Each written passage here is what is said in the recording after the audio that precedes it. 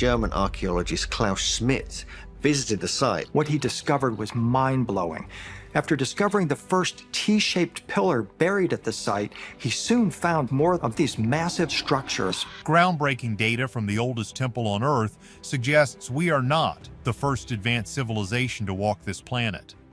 Klaus Schmidt spent decades at this site, but his final warning was the most shocking part of his entire career. During the intensive dig, Schmidt and his team begin to unearth dozens of additional giant stone monoliths covered in intricate carvings, some weighing as much as 20 tons. He claimed that the carvings on the stone pillars are a survival guide for a disaster that destroyed the people before us. It is not that simple, though, because the authorities quickly moved to shut down his project after he spoke out. Now we are left wondering what was really inside that hidden vault and why it was so dangerous. Groundbreaking discovery at Potbelly Hill. Klaus Schmidt spent 20 years as one of the most respected archaeologists in the world by being careful and conservative with every single word he spoke. He was the kind of scientist who only said what he could prove with hard evidence and meticulous data.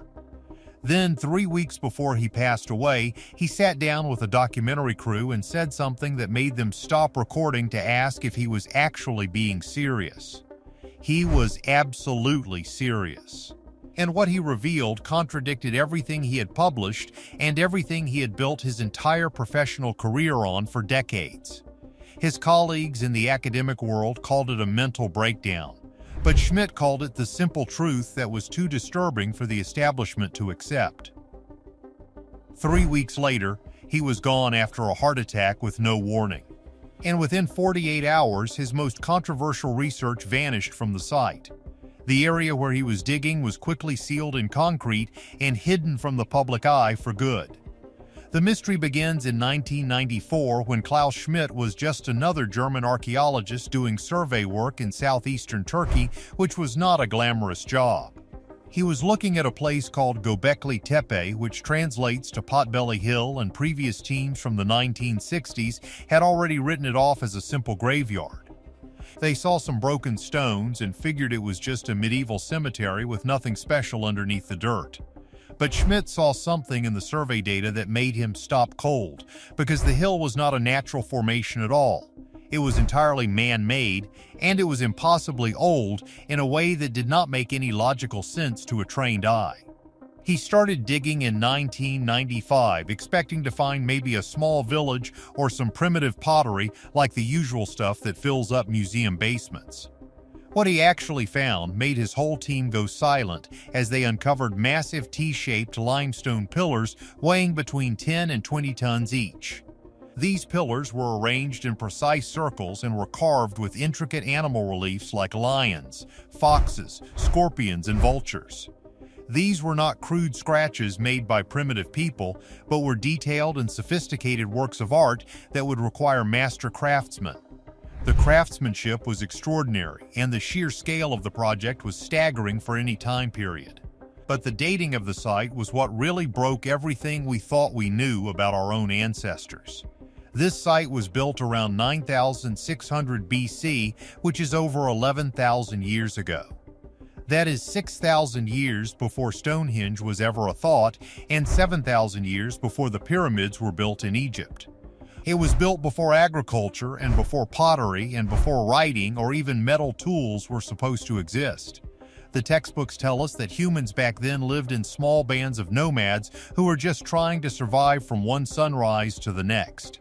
They were not supposed to have the organization or the engineering skills to build 20-ton monuments in the middle of a desert.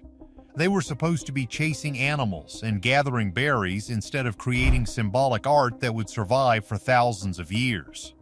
Except they were doing exactly that because the evidence was right there, staring back at the archaeological establishment from the Turkish dirt. Schmidt became a rock star in the world of history for a few years, and the site was labeled as the world's first temple. But here is the catch. That safe story was just a way to keep the timeline from being completely destroyed. Schmidt gave hundreds of interviews pushing the safe narrative, while privately something was eating at him and getting worse every single year. Something was hidden in those stones that made the math of human history stop working correctly for everyone involved. Ancient construction skills redefined. The first major problem was the stones themselves, because they were not rough monuments hacked out of rock by primitive hands. They were precision carved, perfectly balanced, and geometrically exact in a way that suggests advanced planning. The T-shape was identical across dozens of pillars, as if they had been manufactured to a very specific set of instructions. The animal carvings were three-dimensional reliefs that were anatomically accurate and showed naturalistic poses that belong in a high-end workshop. This level of skill should have taken centuries of trial and error to develop, but there was no learning curve found anywhere at the site. The temple appeared fully formed, as if the builders showed up one day already knowing exactly what they were doing. In 2009, Schmidt told a conference that the site violated everything we understand about how technology develops over time. The construction logistics were the next thing that did not work because each pillar weighed up to 20 tons and was moved over rough terrain. They were quarried from bedrock about a quarter-mile away and transported uphill without cranes, pulleys, wheels, or any mechanical advantages. The mainstream explanation is that hundreds of people pulled ropes while using logs as rollers. But Schmidt actually did the math obsessively. He calculated how many people could live in the region based on how much food was available for hunters and gatherers at that time. The numbers came back badly wrong because there simply were not enough people in the entire region to build this while also finding enough food to stay alive. Every able-bodied person would have needed to spend almost every waking hour just looking for calories to avoid starving to death. There was no surplus of food, no specialization of labor, and no leisure time for building massive stone monuments. And yet, the stones were there standing in the dirt as an undeniable fact that proved the math was broken. In 2011, Schmidt admitted publicly that they could not explain how the site was built within our current understanding of history. The room went quiet because nobody had an answer that did not involve changing every textbook on the planet. But the mystery of the construction was just the beginning of the problems Schmidt was finding deep in the ground. Something much more disturbing was hidden in the layers of dirt that sat beneath the feet of the archaeologists. Dying light of civilization. As the excavations continued year after year, the team uncovered more enclosures and deeper layers of construction that were even older. Here is the thing that made everyone's blood run cold. The deeper they went, the more sophisticated the construction became. This was completely backwards, because in every other archaeological site on Earth, you find crude work at the bottom and better work at the top. That is how humans learn, because practice makes perfect, and skills are supposed to accumulate over many generations. But at this site, the oldest enclosures buried the deepest showed the most advanced construction and perfect geometry. The most recent layers near the surface showed a massive decline with smaller stones, sloppier arrangements, and cruder carvings. It was like watching a civilization forget how to build, or watching knowledge drain away from a culture generation by generation. The site was not developing into something better, but was actually degrading and falling apart over time. Schmidt tried explaining this by saying maybe the importance of the site declined, but he knew that was a weak excuse. Privately, he admitted that it made no sense for each generation to be worse than the last at a sacred site. In 2012, he gave an interview where he said he started thinking they were looking at the end of something rather than the beginning. He believed the site was the final achievement of a culture that was already dying out or losing its grip on the world. The builders had knowledge and capabilities that were slipping away, and they built this as a desperate memorial to preserve what they had left. It was a last effort to leave something behind before the lights went out on their civilization completely. Schmidt was no longer describing the first temple of humanity, but was instead describing the last attempt to remember a forgotten past.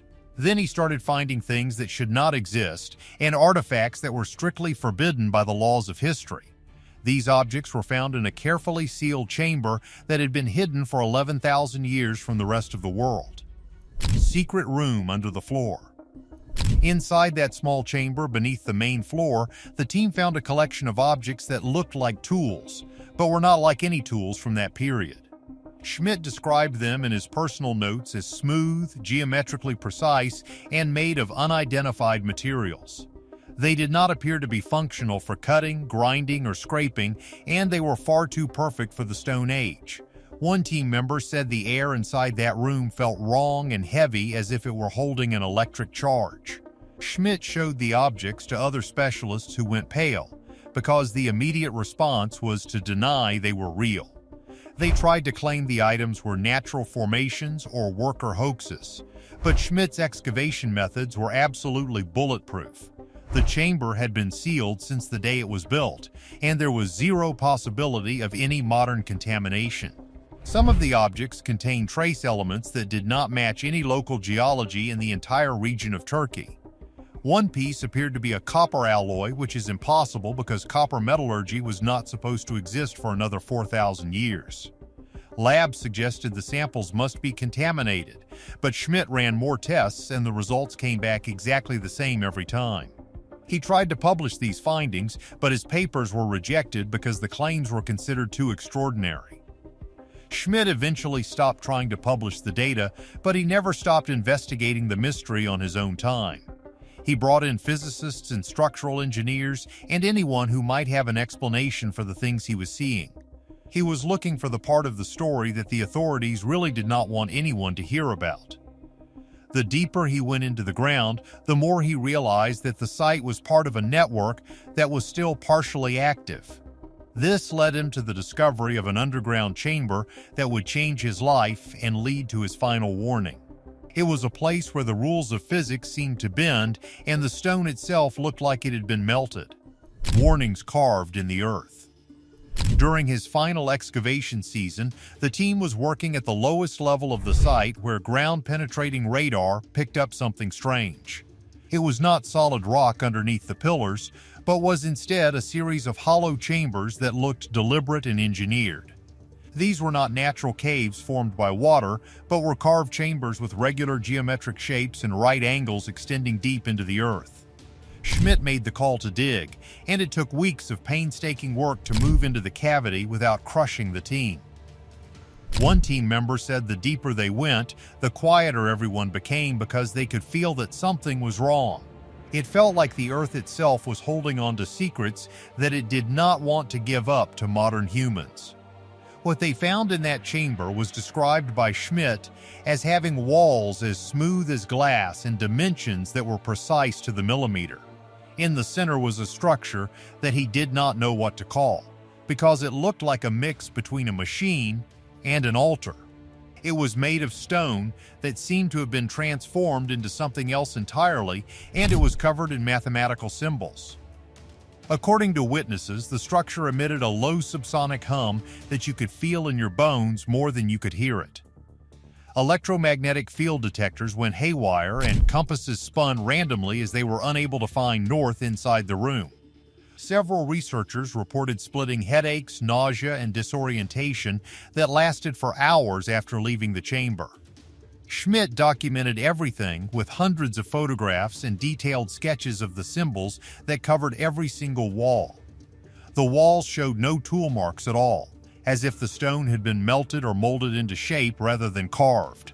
The central structure appeared to be a single piece of bedrock rising from the floor, which is physically impossible to do in place. You cannot shape bedrock without removing it first.